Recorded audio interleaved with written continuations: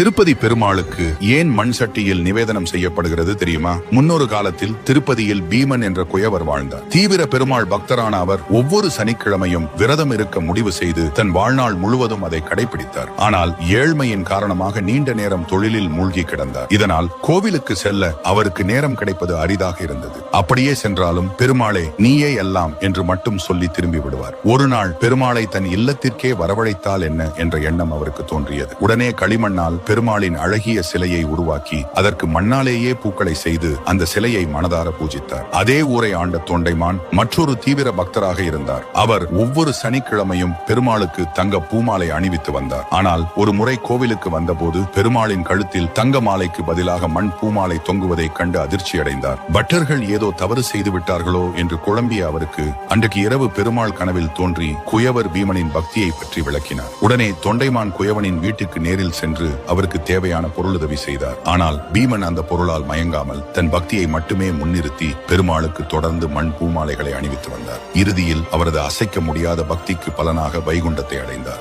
இந்த பக்தரின் பெருமையை நினைவுகூரும் வகையில் இன்றும் திருப்பதி ஏழுமலையானுக்கு மண் சட்டியில் நிவேதனம் செய்யப்படுகிறது. இந்த கதை உண்மையான பக்தி எவ்வளவு சக்தி வாய்ந்தது என்பதை நமக்கு உணர்த்துகிறது. இப்படிப்பட்ட ஆன்மீக அற்புதங்களை நீங்களும் அறிந்து